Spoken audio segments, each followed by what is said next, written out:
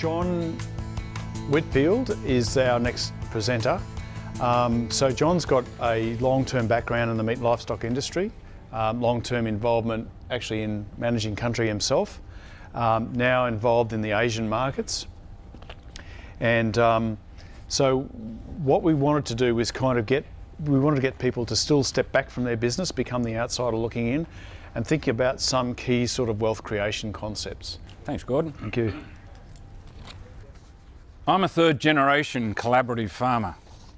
My grandfather, around the time of the Second World War and just after, was involved with leasing land. He had property down in New South Wales and moved around in the agricultural sphere quite a bit. In those days there was activities going on with selling horses to the Indian Army. He sent a trainload of horses to Melbourne to sell to the Indian Army as remounts. He used a lot of drovers in his trading activities. So he was very much engaged with agriculture. My father went to 13 different schools. But he leased a place out of Armidale after the First World War for one reason. The Spanish flu was around. The Spanish flu killed more people after the First World War than died in the First World War. So he needed some separation from his family from contamination. So he leased a place out of Armidale so his family could go and be isolated. Now that was a feature of that particular period of time. These days we've got different circumstances, not to say we mightn't have another scare like that, but so my next generation, my father's generation, we had a family property that we actually leased to a manager who used to work for us. He wanted to get involved with some country in a leasing capacity, so we organised a lease. This is back in the 1970s, and that went for a period of time, and his health became a problem, so we stepped out of that. We've sold properties, we've owned different places. My father had a collaboration with his two uncles which got involved with him being able to purchase a block, and they had a collaboration for about 10 years until my father bought them out. So there's all these interactions going on between family members for different reasons to match the period of time that those people had an objective that they were trying to achieve. In my own case, I've leased my farm out down in New South Wales. I leased it I've had a couple of long-term programs. One particular lease I leased to a Wagyu operator. He was a breeder, but behind him he had 120 odd other Wagyu producers across southern New South Wales into South Australia, Victoria, and we were part of that network. And he was involved with the live export trade to Japan, and we became part of his network. So we were leveraging our asset into his business. That worked for 7 years. And then I've also had periods where I've had long-term adjustment agreements. A guy from Hong Kong who we were introduced to, and that lasted for a couple of years. During that time I also had my own stock on other parts of Australia. The most northern part I came to was just north of Bollen, down that Mulga country. I had that for a couple of years on an adjustment agreement. I've used country down in the watercourse country near Moree, back towards Narrabri, closer country. So I've always had an open mind about where I need to be, what sort of risks am I trying to offset by being fairly flexible with my with my enterprises. So I was actually looking for seasonal risk change. I wanted to have a cash flow income off a lease program, but also wanted the flexibility to move where seasonal patterns were, where we were having in that longer term country down around Bollen. I could see 8 months feed in front of me. That sort of style suited me for that period of time. I've done things like custom feeding and feedlots. That's a collaborative program. Somebody else owns the feedlot. I have no interest in owning a feedlot. Good luck to them. That's a specialist area of expertise. But I'm quite prepared to use their facilities to have cattle custom fed. So what I'm going to give you today is my own experience of things that I've struck, the mistakes I've made, and also bringing in some cultural aspects from people in the Asian area about relationships, which I've found totally fascinating, and something that we need to apply or can use very effectively here. And we'll talk a little bit about that later. When you say adjustment, are you talking adjustment because you got no feed and like trying to find something for your cattle, short term, or are you talking like long term? Both. Both. We're not being restrictive, I'm just saying adjustment is one form of mechanism of being collaborative. It can be short term, you can use a drover, you can use whatever aspect you like. So just open your minds up to some degree to saying, well, I'm in a situation here, how do I leverage it off somebody else's asset? Okay, short term, long term, whatever. Okay.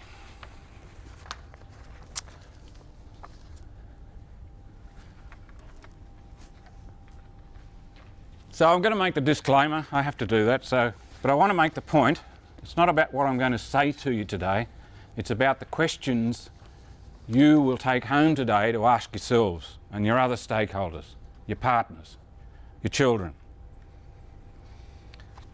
So that's the key about this disclaimer. I'm quite happy to put it up there, but I want to make that point so you go home with the right message. Now, as you go through these first 7 questions that you'll see on your sheet today, take those questions home with you, talk it through on the way home in the car, sit around the table at home, talk about it with the other people that aren't here today, and they're a starting point to start to build a plan, to start to formulate these ideas into a process where you're going to go to, or where you want things to go to. So the other people that you'll need to be drawing on, and this has been touched on earlier on by both speakers, but you've got succession planners. It's a specialist area. People have got vast amounts of knowledge of a whole range of different aspects that come into that succession planning process.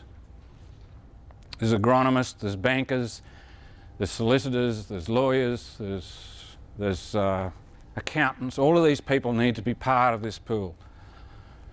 Particularly as Anthony was talking about, I mean, he made reference to it, so just tune in to the types of people that you're going to be needing to have as part of this process of making a strategic direction for yourself. Okay. We look at land as being an asset. It's collateral. You take it to the bank and you look for loans against it. Today we're going to look at land in another form, but the other asset is this bit.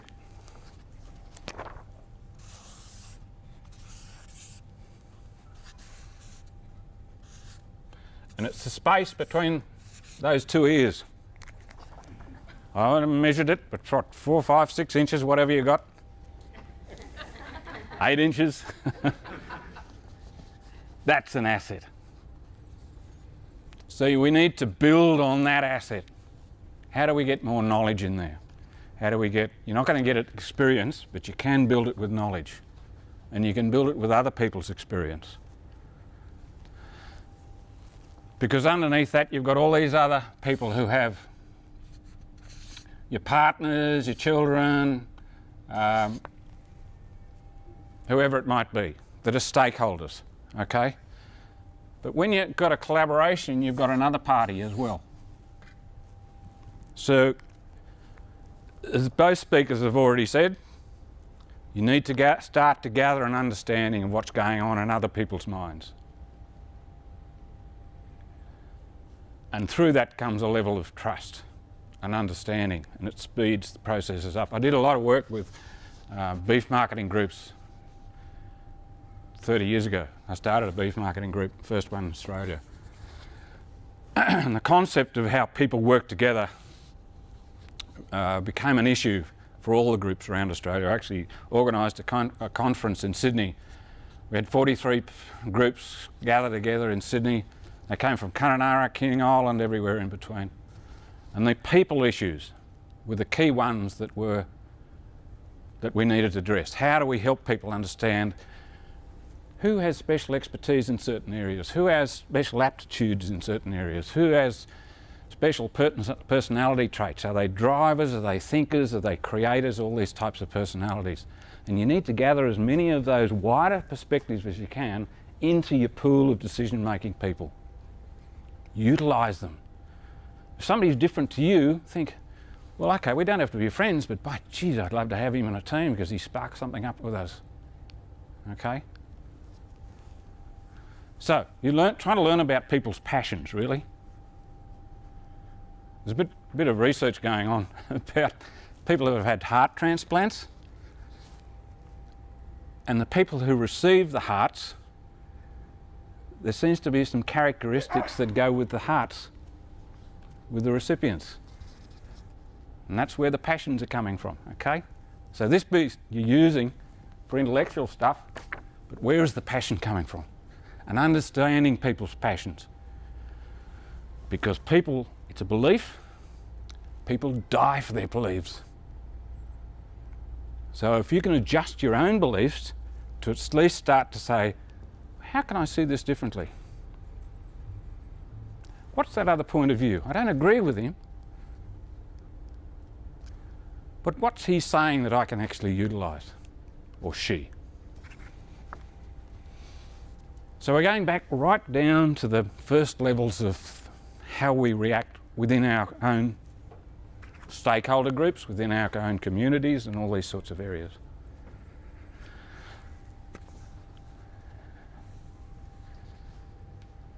Okay, so you're going to be using other people's assets in conjunction with yours.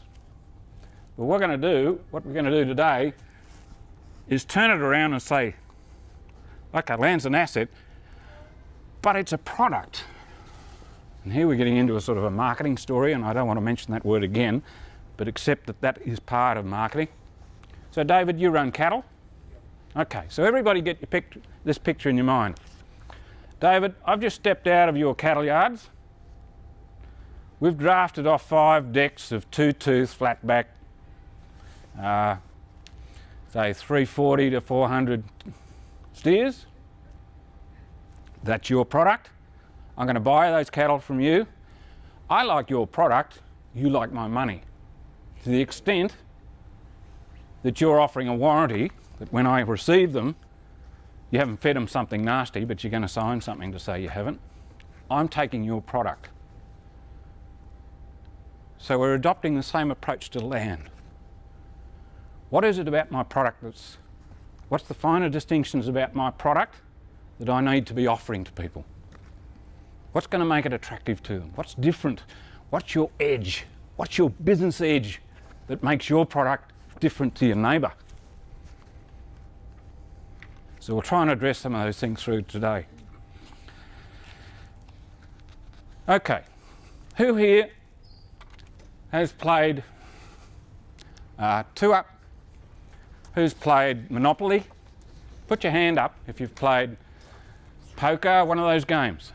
How did you know how to play those games? Somebody tell you? There's a set of rules that you all agree to. Somebody wrote the damn rules. If it was a Monopoly, it's inside the box. You read the rules and you play the game. There is only one difference between business and a game. You're not playing with paper money that the Monopoly set's got. You're playing with real dollars. So today is the beginning process about writing your own rules of your game.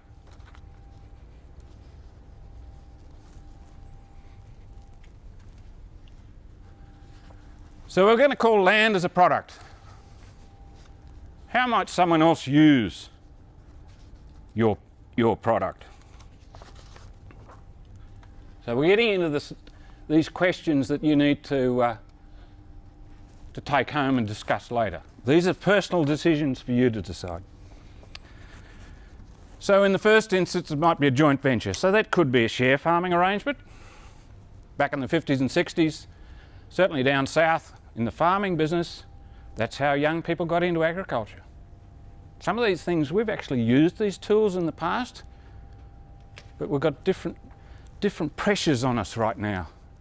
And when you get different pressures on you, sometimes you collapse inside yourself and you lose with this word paradigm, the width of what you can see. Just going back to the team bit, now men have a reputation held by women that your vision is the width of a fridge door. True?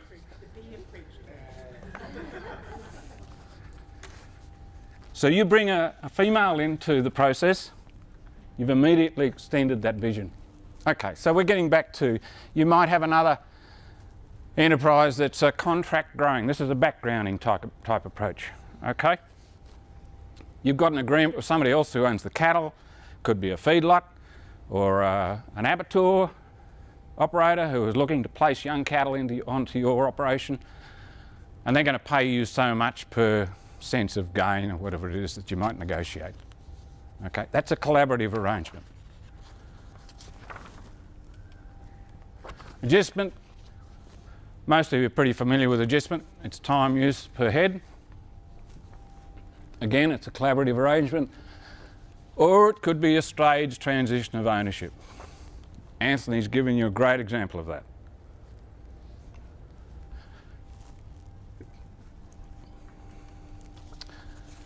Or land leasing. Now I'm going to talk about land leasing after lunch because it's a bit of a specific area. There's some finer points that we'll discuss later on.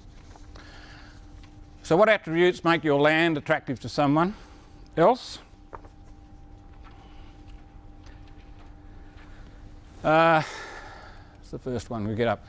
So it could be pasture type. Is your country production country, or is it maintenance country? Is it breeding country, or is it grow out, fattening country? What's your water quality like? What's your water quantity like? All of these things we're getting down into this finer distinction. Start to list them. Just put them down on one sheet of paper. What's your road access like? Now we're getting into a point here where once you or might be another party looking at your land, we're talking about remote management. How does someone who lives 400 or 500 kilometres away or 1,000 kilometres away still keep control over their part of the business on your place? So they're walking on the place saying, well, okay, what's your wet weather access like?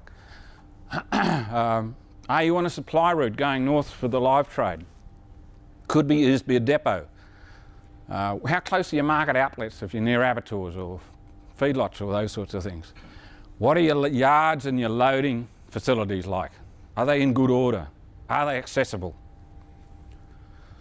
And then again, fencing and security and all those sorts of issues, they're going to be the questions that the remote manager is going to want to be asking. And your present or past disease status, or if there are risk factors with certain weeds and so forth. And then you've got your production history. Get your rainfall history together, because that becomes an asset that people will ask. They want to know. Good, bad or indifferent. I mean, everybody has up and down rainfalls. It's just part of the Australian character of the environment that we live in. But have it ready. Are you in flood country? These are all the risk factors that start to come into play. And if you've got particular country that you've got certain types of supplements that work pretty well, put them on the sheet as well. The other part is human resources. Now when you're a remote manager, first thing I start to look at is, well, if I live 600 k's from this place, something's happening up there, I need to know about it, or I need to do some mustering. Where am I going to get those resources from? If there's calf marking to be done, who's going to do that? So, and what accommodation is there? So gather together contract musterers that you might have in the area, whether they're choppers or whatever they might be, and put them on your list, because this all becomes part of the package you're going to be offering. And supervision, so that could be just looking at your water facilities or checking your water, for instance. Who might be available to do that, whether it's yourself or somebody else? How long am I prepared to have my land made available to a third party? Now, it might be short term, could be very short term, or it might be, look, we just had a cousin's had, or my partner's had cancer or something, we just need time out for a couple of years just to take a breather. Or some other factor that might come into play.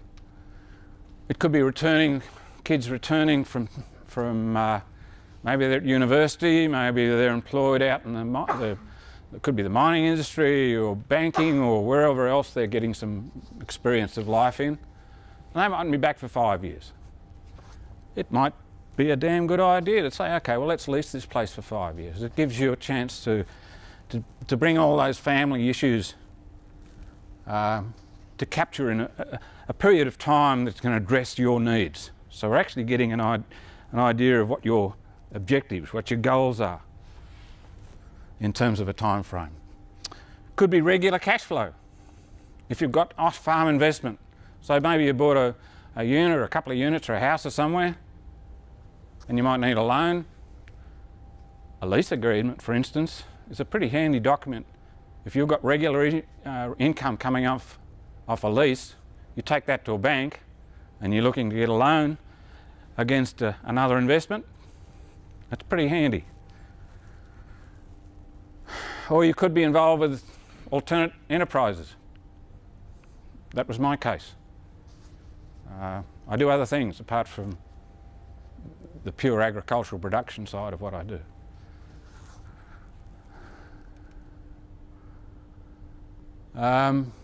Yeah, so getting back to what type of country it is. If it's breeding country, then don't go saying that we're going to lease this place out or adjust it for 2 years. It's just too short a time to actually get a complete enterprise cycle. Think of the time frames somebody's going to be putting breeders on there. How many months does it actually take to get a calf out of them? How many months does it actually take to grow that calf out?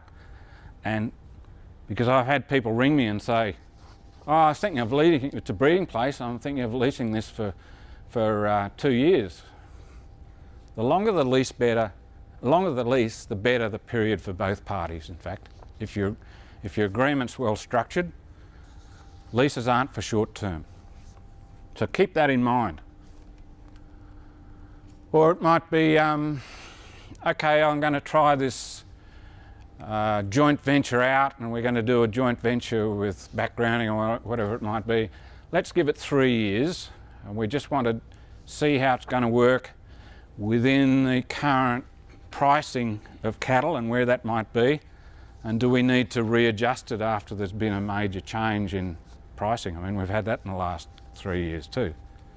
So you've got a time frame where you've got a joint venture in place, but you've both agreed that 3 years is enough to then review. Sit down and have a major review and say, yes, we continue, and here's the amendments we're going to make, here are the changes we're going to increase the charges or change the charges or whatever.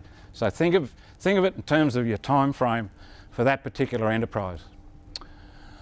What do you want your asset to look like at the concluding period of time? And particularly this applies to leasing. So things like your general things on the place that might depreciate, wear and tear issues. Now, many of this, you take these issues to an accountant and they can give you a hand on how to draw up a particular clause, perhaps number of clauses about having these sorts of issues in your lease agreement. If it's not a lease agreement, it can be some other aspect, could be a long-term adjustment agreement, whatever it might be. Don't leave this stuff out. Have it on your agenda. Mightn't be on the other party's agenda, but if it's on your agenda, it'll be raised and discussed. Structural adjustments.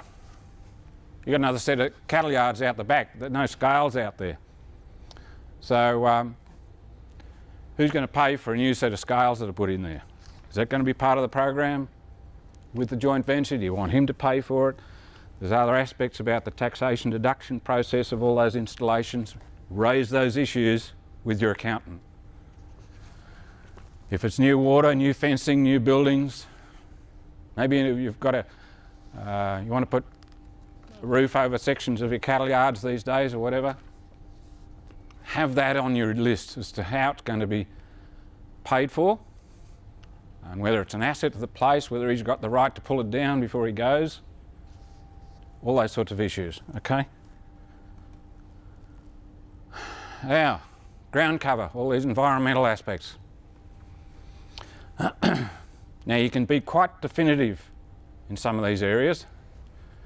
When I say definitive, ground cover's an issue wherever you are in terms of your whole ecology of production, what's going on with your perennial grasses and all those sorts of things. So you could call in an expert. You agree, both parties agree who the expert will be and how they might do the estimation of ground cover. So you're calling in an expert to do a third party appraisal.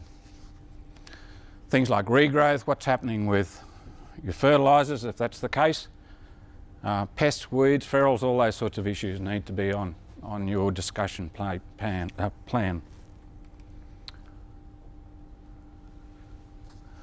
How do I find the people interested and select those prospects? Okay, so now we're getting into, Gordon talked about systems. We're starting to introduce a system.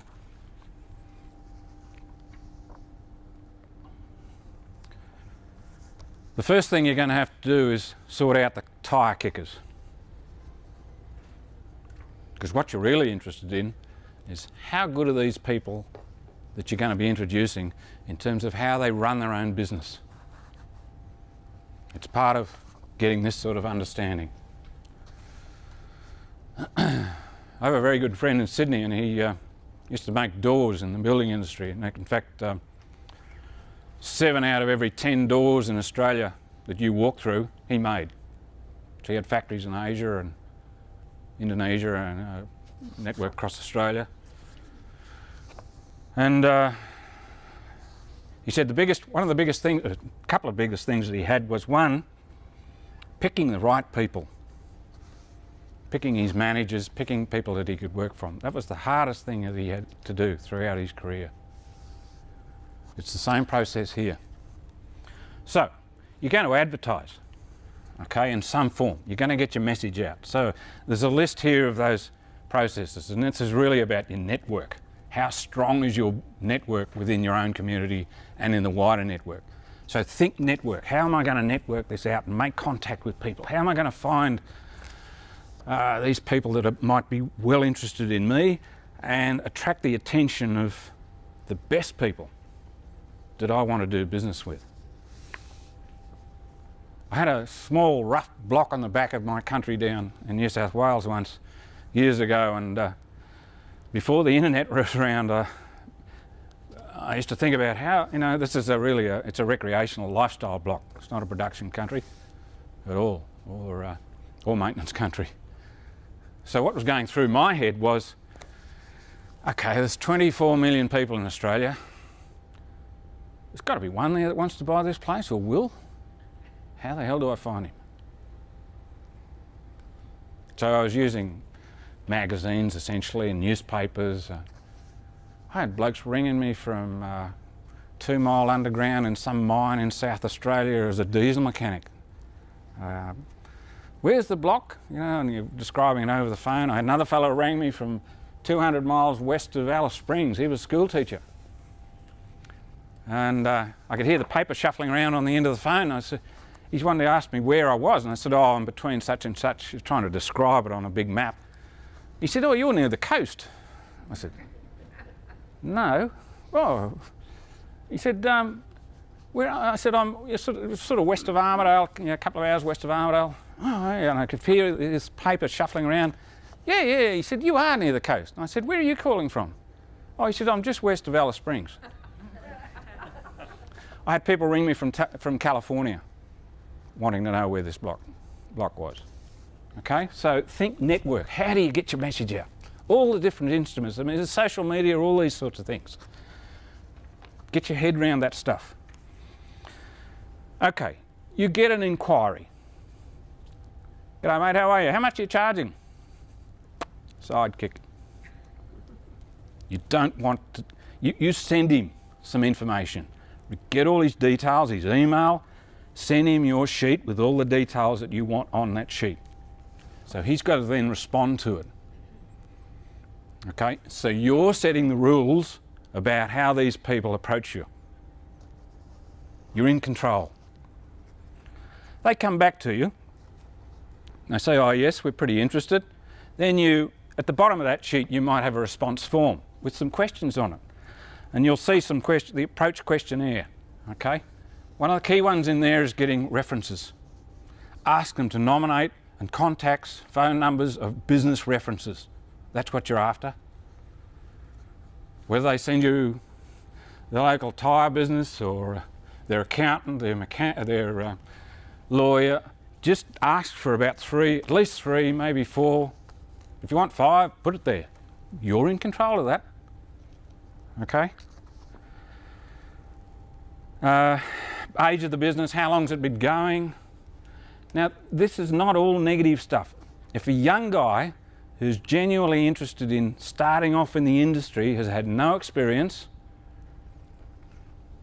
okay, but he wants to come to your place because he likes it, and you're getting some vibes out of his response, and you can phone him back again. He's got his phone details there. You can phone him back and ask him a few questions, but you're in control of that process continually. And that young fella might be just the bloke you can take on. Might be a non-member of the family. You might never have met him before. Okay? Then narrow it down to 3. I'd suggest 3. And you get them to come and have a look over the block. Okay, so you've suddenly drafted all these contacts and inquiries down to 3 points that you've chosen. That's when you're engaging with them socially. Make sure they stay for lunch. Sit them down, you're doing the drive around, and out of that, they'll actually say, look, this isn't for me. Or you can then continue the discussion and say, okay, here's other parts of the program. If you want to stretch it on into other areas that we'll actually talk a little bit further on about, but get them to come and do the inspection. Then you're at the personal chemistry stage, okay?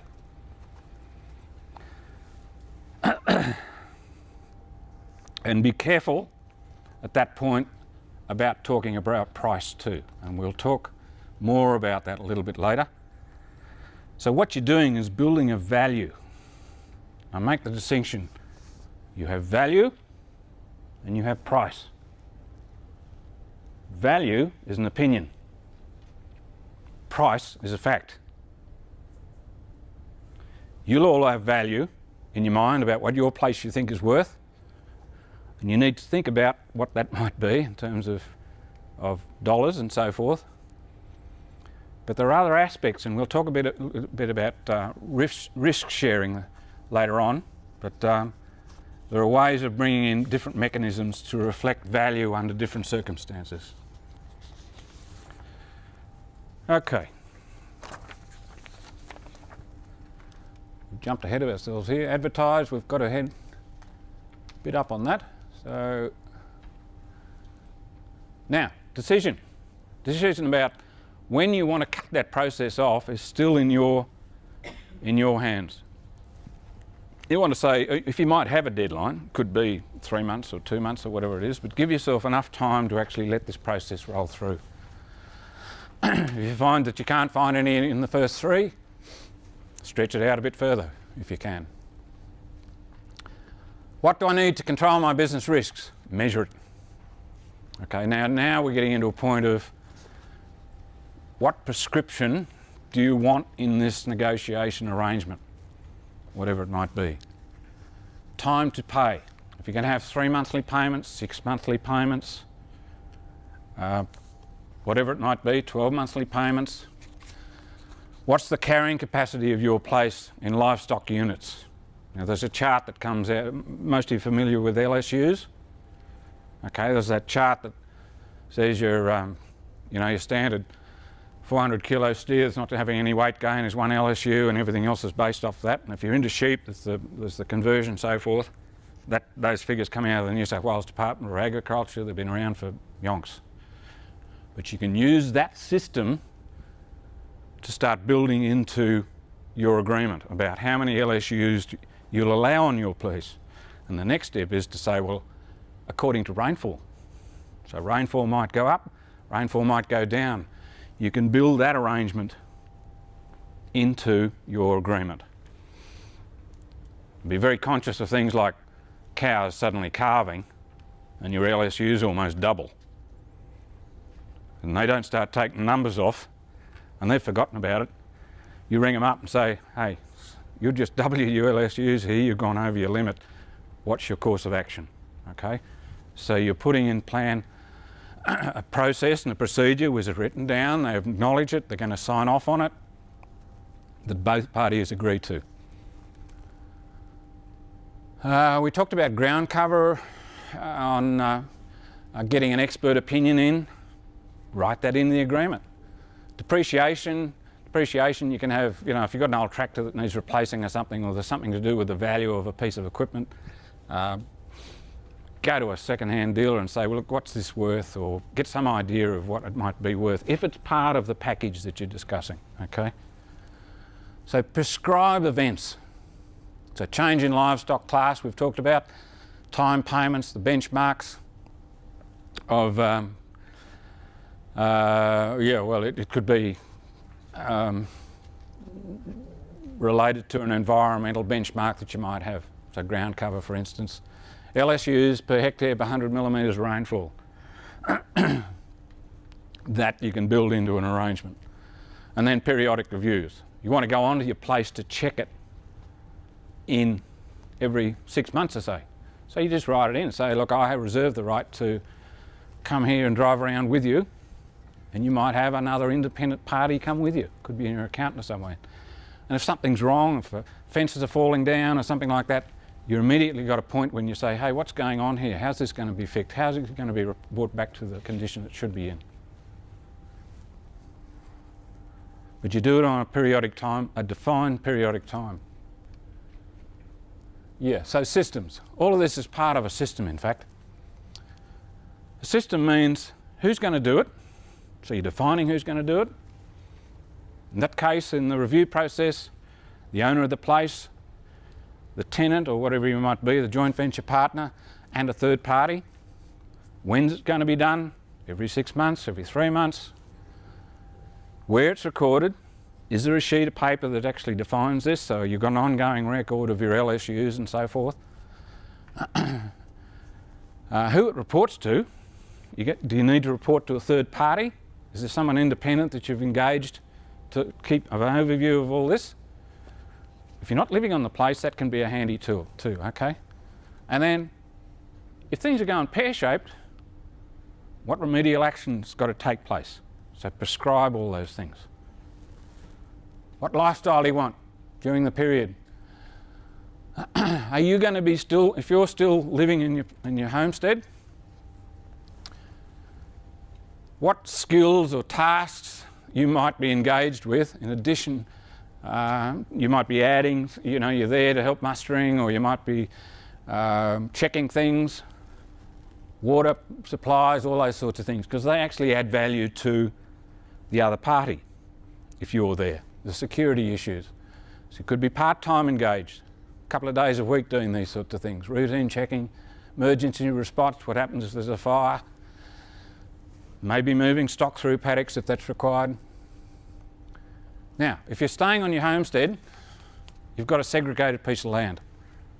Okay, that does not become part of the agreement. In a lease agreement, you would keep that separated out and defined as being separated. So you might have a bunch of camp draft horses you want to have a couple of paddocks for in behind your house. But be clear and write down what those paddocks are and go to the point of having GPS readings of that map And you would put that in the appendix, possibly, of the agreement that you might draw up. Or you might be, you got show jumpers or something like that, you might have different areas that you might be doing all that sort of stuff in. Or, just while we're on that point, you might be sharing the cattle yards, for instance. If you're running a cattle trading operation and using other property somewhere else, that happened with me, I wrote it in the agreement to say, look, I reserve the right to use those cattle yards.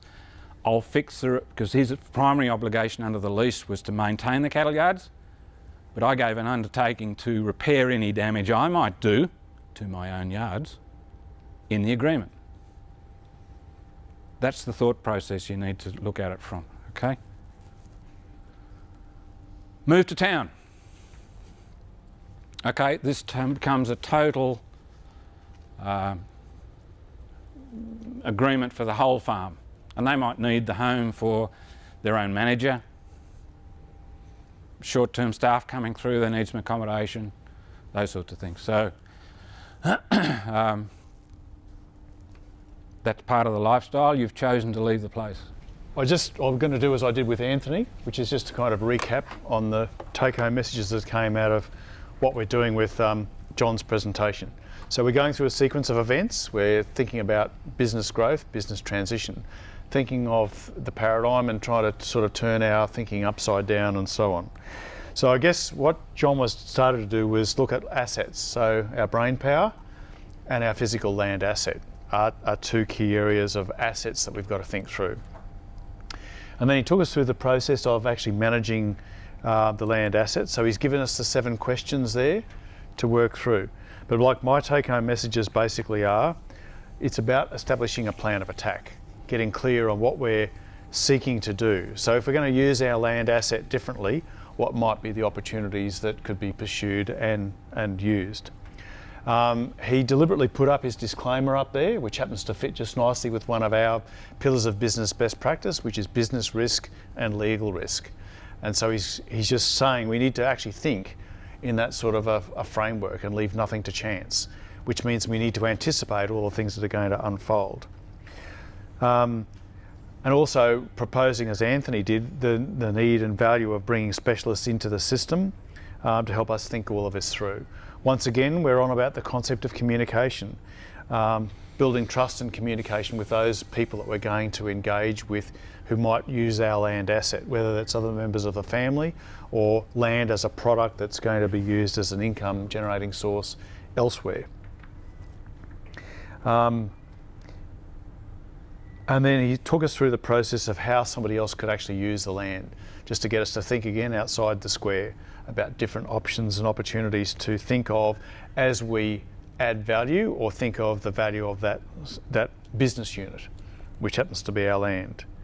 Also proposed that we think of this as a product with a specific value and look at maximising its value by looking out into the marketplace to find out who actually wants the product that we've got available and is prepared to pay the most money, or as Anthony said, the optimal money as we trade things off. And proposing very strongly that we put in place formal agreements and set the rules. So rather than leaving everything to chance, actually think the process through, set up the rules that favour us, again as Anthony would say, leave something in it for everybody. So John, is there anything else that I've forgotten that you need to add to that to kind of summarise? Only to emphasise one aspect, I suppose. One is we're being pretty prescriptive about what we're asking you to do, and you do need to be prescriptive at this point in how you think. I'd make the point that this process about understanding other people, I have arrangements that are done on a handshake, and they're millions of dollars, but it's about relationship between me and the other person. And in Asia, the Chinese have this word guangzi, and it's not generally known in Western societies, but they spend time testing that relationship. They'll use alcohol, stuff called Maotai in China, which is like rocket fuel, and they'll have all these shouts and you're doing this, and there's girls there pouring this stuff over your shoulder and all that sort of thing. They're testing you, okay? And I'm now at a point where I have two people in China. One's Chinese, the other one's Vietnamese. And I would trust my Chinese partner, and we've done this. He's presented me with an agreement written in Chinese, which I can't read. Do I sign it on his trust? Yes, I do. Okay? I can spend a month with somebody in my others in Asia that I work with. And I sit in the taxi and we just go and look at different projects, different prospects of cattle enterprises and so forth. We don't do any deals. I'm just there to listen to see how he or she might be working with the phone and their contacts and what deals they're putting together. And the shit that hits the fan, how they respond. When they're under pressure, how are they dealing with the situation? I don't know what's going on. That's the sort of things that you're trying to judge through, okay? Particularly when you're under pressure. When we've seen it, I had a fire on my place, burnt for 2 weeks, burnt 3/4 of my place.